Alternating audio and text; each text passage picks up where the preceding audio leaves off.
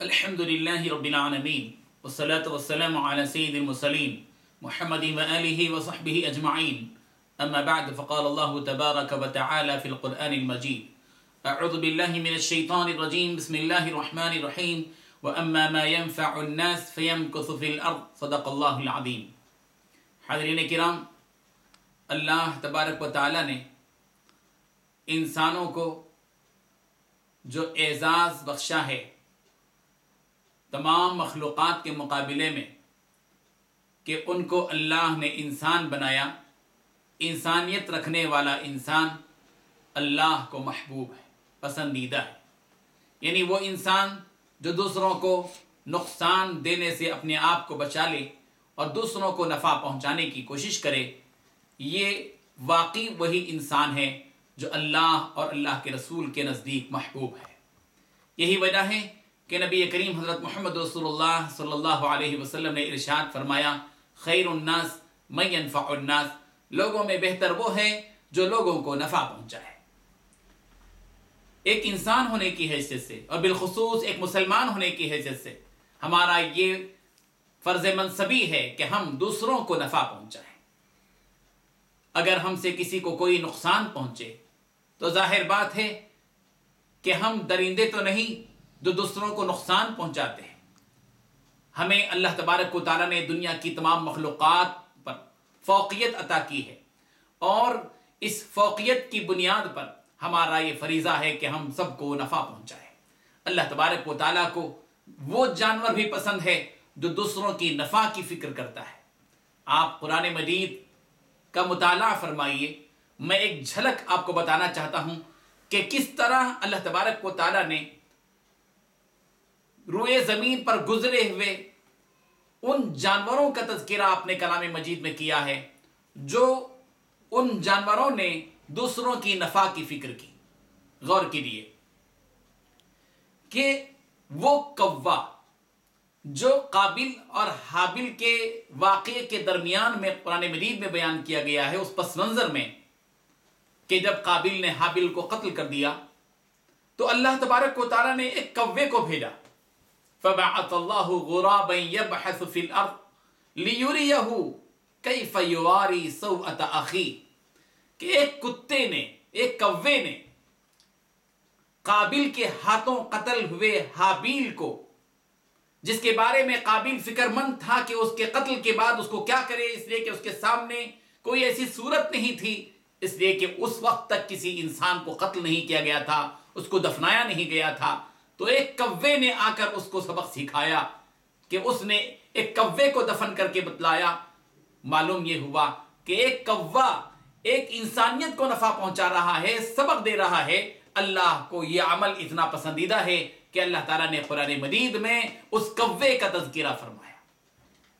حضرت سلیمان علیہ السلام کے زمانے میں جب حضرت سلیمان علیہ السلام اور ان کا لشکر جا رہا تھا، چل رہا تھا، گزر رہا تھا، چونٹیاں اپنے بلوں سے باہر آ کر سطح زمین پر چل پھر رہی تھیں. ایک چونٹی نے آواز لگائی اپنی دیگر تمام ساتھی چونٹیوں کو کہ یا ایھا النمل ادخلوا مساکینکم لا یحطمنکم سلیمان وجنودہ، کہ اے چونٹیوں تم اپنی بلوں میں داخل ہو جاؤ، کہیں سلیمان اور ان کا لشکر تم کو روند نہ دے.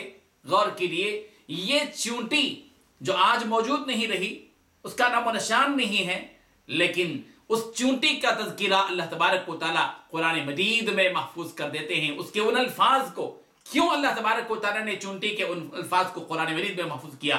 اس لیے کہ اس میں نفع بخشی کا عنصر ہے کہ اس چونٹی نے اپنی دیگر ساتھی چونٹیوں کی جان کی حفاظت کی، اور حضرت سلیمان اور ان کے لشکر سے بچانے کی کوشش کی. یہ ہے وہ پیغام ان آیات کے ذریعے سے جو اللہ تبارک و تعالیٰ دینا چاہتے ہیں کہ ایک چونٹی بھی اپنے زمانے میں دوسروں کی جان کی فکر کرتی ہے اور تدبیر کرتی ہے. اللہ تبارک و تعالیٰ اس کو آفاقی کتاب قرآن مجید فرقان حمید جو قیامت تک باقی رہنے والی کتاب ہے، اس کتاب میں اس واقعے کا تذکرہ فرماتے ہیں. آپ غور کیجیے، اصحاب کہف جن کا واقعہ سورہ کہف میں موجود ہے اور ہم ہر بار اس کو پڑھتے ہیں. اس واقعے کے اندر اللہ تبارک و تعالیٰ نے جب کہ چند نوجوان اپنے شہر سے اپنے ایمان کی حفاظت کے لیے نکلے اور ایک غار میں پناہ لی، 309 برس تک یہ اصحاب کہف سوئے رہے۔ اللہ تعالیٰ نے ایک خاص قسم کی نیند ان کو دی، اور اس وقت میں ایک کتا تھا جو غار کے دہانے پر اپنے پیر پھیلائے ہوئے بیٹھا ہوا تھا۔ اللہ نے اس کتے کا تذکرہ کیا، کیوں؟ وَكَلْبُهُمْ بَاسِطٌ ذِرَاعِهِ بِالْوَسِيدِ، کہ جو ان کا کتا ہے وہ پیر اپنے ہاتھ پھیلائے ہوئے یا پیر پھیلائے ہوئے جو وہ بیٹھا ہوا تھا۔ اللہ نے اس کتے کا تذکرہ اس لیے کیا کہ وہ ان کی حفاظت میں بیٹھا ہوا تھا۔ اللہ نے اس کتے کا تذکرہ اللہ اپنی کتاب قرآن مجید میں کیا۔ شہد کی مکھی کا تذکرہ قرآن مجید میں ہے۔ اب غور کریں، قرآن مجید کے اندر سورہ نمل ہے، اور نمل کے معنی ہے چونٹی کے۔ اللہ نے اس سورت میں چونکہ نفع دینے والی چونٹی کا تذکرہ کیا ہے، اس لیے اس پوری سورت کا نام سورہ نمل ہے۔ اور سورہ نحل کے معنی آتے ہیں شہد کی مکھی کے۔ شہد کی مکھی کے نام پر ایک سورت موجود ہے، اور اللہ تبارک و تعالی نے اس شہد کی مکھی کا اس میں تذکرہ فرمایا ہے۔ وَأَوْحَىٰ إِلَى النَّحْلِ أَنِ اتَّخِذِي مِنَ الْجِبَالِ بُيُوتًا وَمِنَ الشَّجَرِ، اللہ تبارک و تعالی نے شہد کی مکھی کے دل میں یہ بات ڈالی کہ وہ اپنا گھر اوپر کی جگہ پہ بنائے، درختوں پر اونچے اونچے مقامات پر اپنا گھر بنائے۔ ثم کلی من کل ثمرات، اور پھر ہر پھل میں سے وہ کچھ غذا لے۔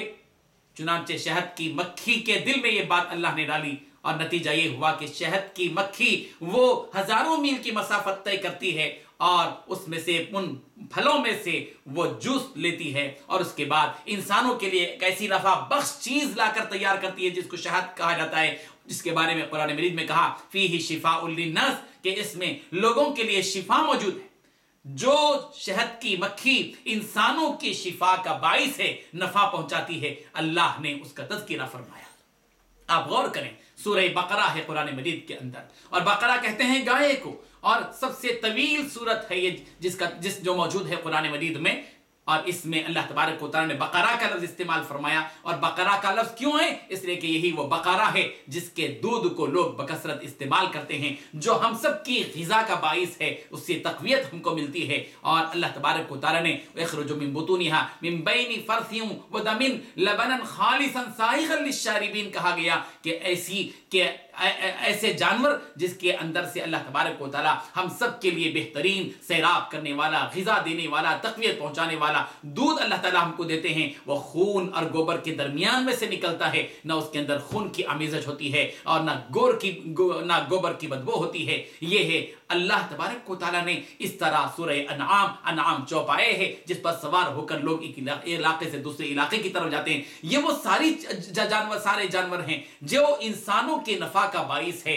اللہ نے نفع دینے والے جانوروں کا تذکرہ کیا ہے، اور اپنی کتاب کے اندر قیامت تک کے لیے ان جانوروں کے تذکرے کو باقی رکھا ہے۔ تو پھر اللہ تبارک و تعالیٰ کو ان نفع دینے والے انسان سے کس قدر محبوب ہوگی، اور اگر ایک انسان نفع پہنچائے گا تو اللہ تبارک و تعالیٰ اس کو کیسے باقی رکھیں گے۔ قرآن مجید میں اسی لیے کہا گیا وَأَمَّا مَا يَنْفَعُ النَّاسِ فَيَمْكُثُ فِي الْأَرْضِ، کہ جو چیز لوگوں کو نفع دینے والی ہوتی ہے، اس چیز کو اللہ بقا عطا فرماتے ہیں روئے زمین پر۔ اس لیے آدمی کو چاہیے کہ آدمی اپنی زندگی کے اندر یہ جذبہ پیدا رکھے، برقرار رکھے کہ اس سے کسی کو کوئی نقصان نہ پہنچے، اور لوگوں کو اس سے نفع ملے، اور دنیا میں بہتر بننے کا یہ ایک واحد راستہ ہے جو اللہ تبارک و تعالی نے دیا ہے۔ اور پیارے پیغمبر نے ہم سب کو اس بات کی خوشخبری دی ہے، خیر الناس من ينفع الناس، لوگوں میں بہتر وہ ہے جو لوگوں کو نفع پہنچائے۔ اللہ تبارک و تعالی ہم سب کو دوسروں کو نفع دینے والا بنا دے، اور